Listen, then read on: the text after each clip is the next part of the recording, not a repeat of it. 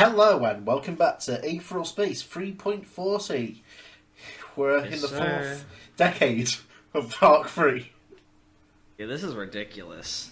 This is almost as long as JoJo Part 3 at this point. We're in the Egypt arc. Yeah, eventually some dude's gonna come out with a fucking car and be like, "I'll run you over." It's like, sorry, you thought you could win? This is a hero. Do you remember that? There's a part in JoJo Part 3 where they just break the fourth wall. They're like, the car guy's like, I win! I killed Jotaro! And he's like, did you really think you could win when I'm the main character? Or something along those lines. I remember that. Just the way you phrased it. It was like, someone runs yeah, sorry. My brain is extremely fried, so I couldn't piece the sentences together in a competent way.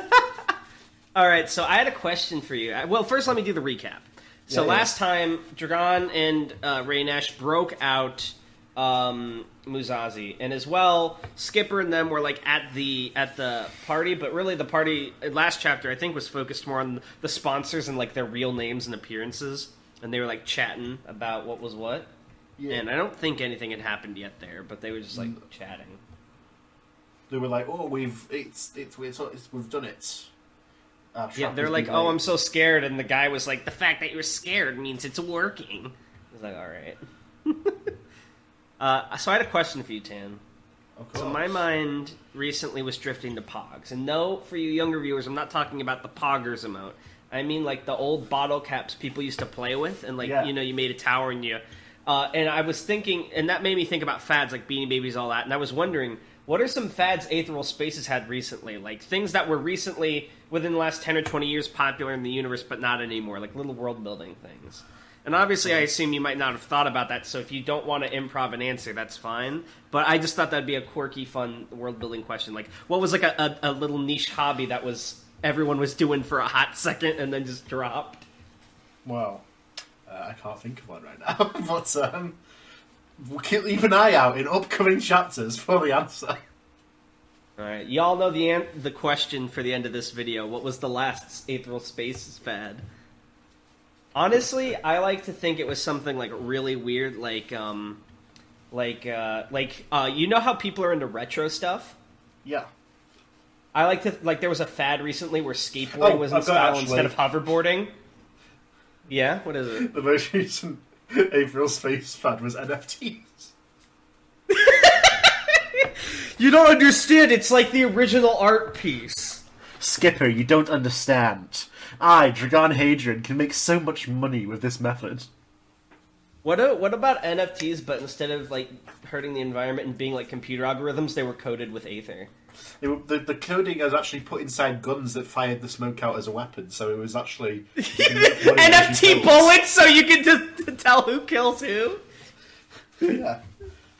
This is my non-fungible token bullet. I mean, like... No, but I like to imagine, like, there was a retro fad recently where, like, instead of hoverboarding, people were skateboarding, and they're like, dude, why don't you just hoverboard? It's so limiting to be on a skateboard. And they're like, no, dude, look what I can do. I can rail grind. If they could just enter a VR sphere if they wanted to do that. How strange. Yeah. Yeah, what an idiot. Or, like, yeah, that would be another good one, like, playing video games on a console instead of entering the VR sphere, or whatever high-tech shit they have. Like, oh man, I got the PS5. Dude, no one's used the PS5 in 500 years. It's like, oh, dude, you don't get it. It's retro. Even in Aetheral Space time, they still can't get a PS5. I'll let you cut your jib. Alright, anyway, we should probably read the actual story. I'm sure you've all clicked off by now, but let us move on. And that means we can read without worrying about people watching over our shoulders. Hell yeah. I expected more resistance, said Musashi, stepping over the body of an unconscious security officer. Well, Dragon assumed the man was unconscious. It had been a pretty hard hit with the pipe, after all, and he doubted that Musashi was in much of a mood to hold back. The restraints of... Oh, this is Ranch. The restraints of cowards is the greatest boon the righteous can obtain, replied Patel, walking right behind him. The man spoke like he was constantly expecting to be quoted. Dragon didn't say anything. He just kept watching the group's tear as they finally made their way into the control room. He knew better than... group's rear as they finally made their way into the control room. He knew better than anyone how effective it was to attack from behind. So he wasn't about to let that happen to him. Dragon into... I'm not going to make that joke. I'll make that joke to you after the video's over. Remind me. You pretty much the coast made was it. Clear. No. The coast was clear. The fate of the few officers they'd run into on their way here seemed to have served to convince the rest that this was more than they could handle. They'd have called for backup then. They were working on yet another timer. He turned around, stepping into the control room. Just like the hallways, the room had been abandoned, in a hurry, judging from the spilt coffee and scattered papers. Just like Dragon had hoped, the majority of the computer terminals were still logged in. He stepped over to one and tapped the screen a few times to ensure it wouldn't go into lock mode, even in the future. "What is our next step, my friend?" asked Rayon, collapsing into one of the available seats. The adrenaline of escape had been driving him for a little while, but it was painfully obvious that he was in no real shape for combat. With the amount of torture he'd been put through, he'd probably be unable to move once the excitement of the situation wore off. So is Rayon, beat up bad, or is he, Griffith bad? In terms he's beat up bad. Okay. Once that happened, he'd have to take extra care not to piss off Musashi. There'd be nobody to defend him from the special officer's wrath. Dragon's gaze flicked over to the man in question, and then immediately returned to the screen once he realized that Musashi was staring at him. He said that he wouldn't let Dragon out of his sight, and he apparently meant it. "My friend?" Rayon repeated, panting. Our next step, if you would." "Oh, right," said Dragon, jerking back to life. "I need to look into the systems, see if there's any evidence of what the sponsor of war is planning." Musashi furrowed his brow. "Who?" Dragon waved a vague hand as he explained. "He's one of the, people in charge of this planet. Secretly, I guess. They're the money, and he's planning to do something big soon. Probably in the next couple of hours." "And you know this. How?" "He told me. Well, he didn't tell me exactly. He told me something else, but I was able to figure out he was lying." "Mm-hmm." Musashi's tone pretty much spelled out that he thought Dragon was full of shit. In any other situation, that would probably be true, but this was one of the rare occasions when he was telling nothing but the truth. Musashi had been overly trusting before, but now it seemed he'd swung to the other end of the scale. He wouldn't believe a single word Dragon said. "That doesn't matter," Dragon went on, trying to power through it. "The point is that something is about to happen here on Talden, and nobody's going to want to be around for it. If there are any clues here that'll tell us what this thing that's going to happen is, we kind of need them. Get me?" Musashi didn't say anything, didn't move to stop him, but Dragon couldn't help but notice the special officer's pipe was ready to be swung at a moment's notice. That was probably the best he could hope for. Dragon turned back to the console, and began typing into the search function with the on-screen keyboard. "You're hacking the system?" Musashi asked from behind him, voice still full of caution. This old stereotype again. Dragon narrowly resisted the urge to roll his eyes. "No," he said, typing as he talked. "I wouldn't know how to hack systems. I'm just searching for a specific prisoner." "You seem to know your way around the system." There was accusation in Musashi's voice, although Dragon had no idea what he was actually being accused of. He turned away from the console for a moment, giving the special officer a baffled look. Yeah, I'm typing in the name of the person I'm looking for. The system's a keyboard. I know my way around a keyboard. Yeah, I know how to type letters. Don't you?" Musashi narrowed his eyes. "It's suspicious." "In what way is it suspicious?" Musashi didn't reply to that, and after a few awkward seconds, Dragon turned back to the console. The search had been completed, only one matching result for the name Ambrin Raz, the umbrant they'd recovered at the Nine that had kicked this whole mess off. "Patel?" Dragon called out. "You still with us?" There was a mumbled groan from the corner. Not unconscious then, clearly, but his fighting potential had diminished almost to zero in record time, so he couldn't be used. Dragon's eyes slid back, almost reluctantly, to look at Musashi. "There's a prisoner we need in cell 207, he mumbled, almost sheepishly. Go get them, then." "There might be guards, you know?" Dragon shrugged weakly. "That's kinda, you know?" It was almost impressive how pathetic he was being, and the look on Musashi's face reflected that. "You think I'm some kind of dog to do your dirty work?" said Musashi, the man whose job description was being a dog who did other people's dirty work. Dragon smiled. I love the way you write, dude. Dragon smiled a sad, lopsided smile. "If I get killed on the way there, I guess you can't take me back to the Supremacy? That kind of sucks, but I guess if that's what you really want..." Musashi stared into Dragon's eyes for a moment, the frustration visibly building. He clicked his tongue, and then he broke away, marching to the complex entrance, where Dragon had first walked into this prison. For a moment, Dragon's heart leapt, thinking that the special officer was abandoning them. Then he realized what was really going on. Musashi was emitting one of those thrusters from his palm, white flame jetting out of his skin, and was using it to weld the door shut. "You have no way to leave until I return," he snapped. Do you understand? Dragon's meekness vanished in record time.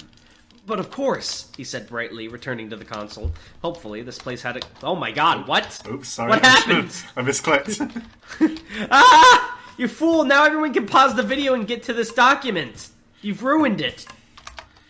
I don't think anyone cares enough, and I don't really care if they read this document because they've already read it by watching the video.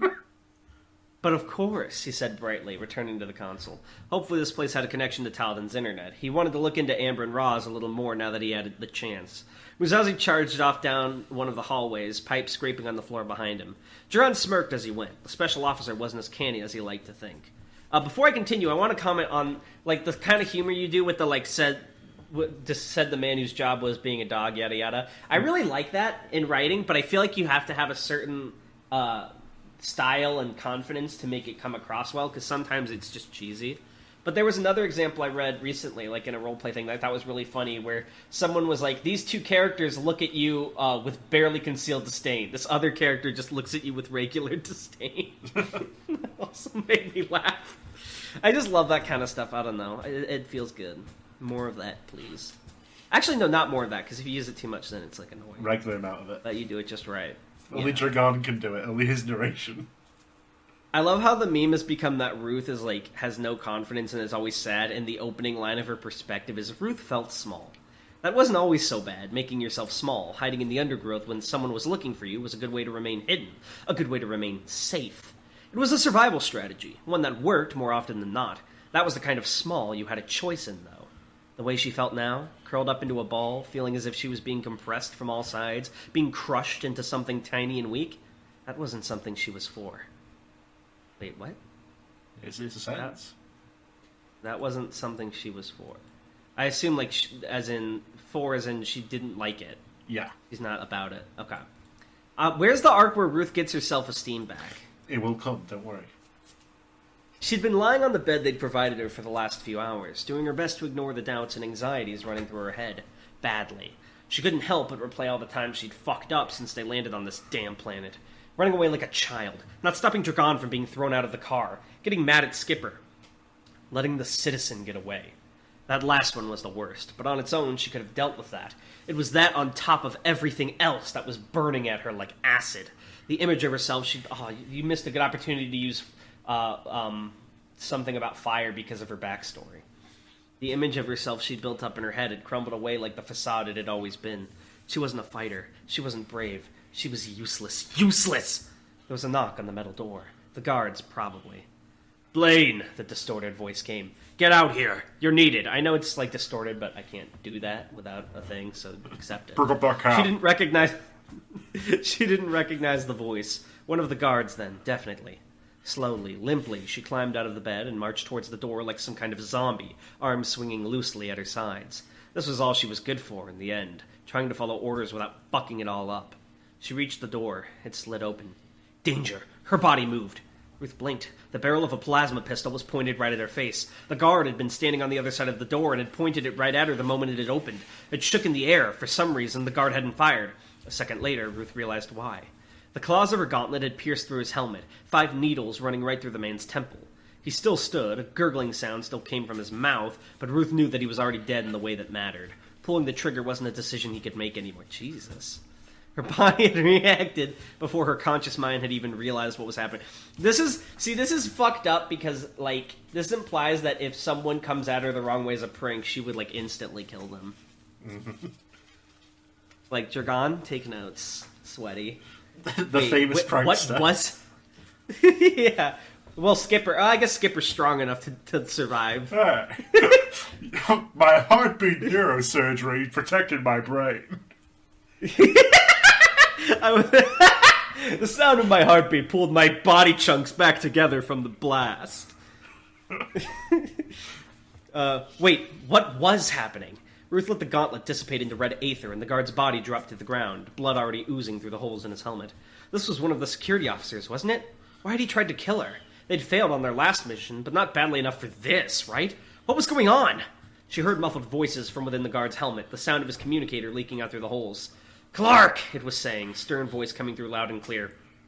Confirm! Is Blaine terminated? We believe Del Set is on the loose, and we've lost Hadrian. Confirm Blaine's status immediately. Huh? Bruno and Serena were on the loose? Excuse me. They'd lost Dragon? Ruth felt dizzy. It was as if she'd been thrown into an entirely different world than the one she'd been in yesterday. Like she'd skipped years of time and wound up in a sequence of events she didn't understand. Her ears twitched. She could hear heavy boots coming down the hallway. Plenty of them. Well, she guessed there was one thing she did understand.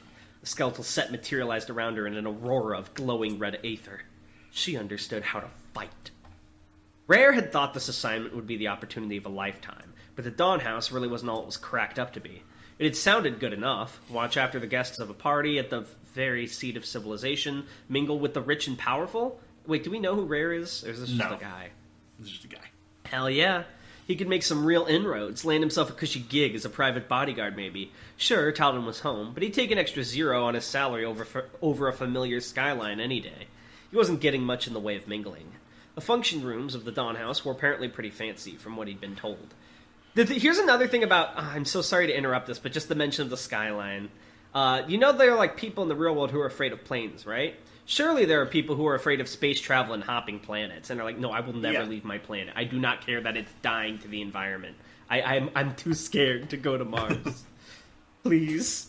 Huge rooms filled with people. Talden's best and brightest breaking bread and making merry. The maintenance tunnels, well, those were another story entirely. It wasn't that Rare had to duck to get around, but that was only just. You could feel his helmet constantly scraping at the ceiling over his head, and he was a pretty compact guy. It was just this constant feeling of being constrained. If anything did happen, Rare didn't know if he'd even be able to pull out his plasma bow properly. Oh, is this the fucking industry's plan? This dude in the vents? He licked his lips nervously as that ugly thought crawled back up. If anything did happen? Something had happened on Talden, quite a few times now. The deaths of the security officers at that disaster of a 9, then the massacre at Anisate. It wasn't exactly the safest time to work for S4 right now, which was another reason he was pretty eager for a new assignment. Just bear it, Rare it. What? What? Hold on, that gave me fucking whiplash. What the fuck? He's a funny Just guy. bear it, Rare it? Funny or stupid as fuck? Yeah, he's a fucking idiot. Rare told himself, turning around the corner as he continued his patrol. He was pretty much done with the check of this floor, so he just needed to take the lift further down. It was funny. The cramped elevator would probably give him more room than these damn tunnels. He reached the elevator doors, closed, and tapped the button on the wall. The reassuring hum of machinery filled the space, and he could hear the loft ascending to his position. Lift, even? What? Lift, ascending to his position. It's just a couple of hours, he reassured himself. Just don't do anything stupid and you'll be fine. As the doors opened, Rare's next breath caught in his throat. The inside of the elevator was painted red with gore, blood and guts slowly slipping down the walls and oozing onto the floor. What was left of a stomach flopped down from the ceiling and landed with a wet splat. That was like a lot more gory than you usually describe. There was a creature in there, the culprit without a doubt, a heavy and huge beast composed from what looked like glowing orange glass. The pile of limbs and ruined torsos, armor torn apart, beneath the creature shifted as it adjusted its footing, turning its whole body to regard Rare. He looked into its eyes and saw nothing there. It wasn't just that this thing was merciless. There was no real intelligence there to have mercy. The hippo blinked. The hippo charged. Wait, is it actually a hippo? Wait, it's a glowing orange, transparent hippo. Oh, it's Fifth Dead! It wasn't as hard to bring up the plasma bow as Rare had feared. Not that it did him much good. Wait, the hippo charged him from the vents, or did he leave the vents? From the elevator. Yeah, but like, how did the hippo get into the vents, you know? Because he can barely fit, and it's a big hippo. Yeah. He mentioned.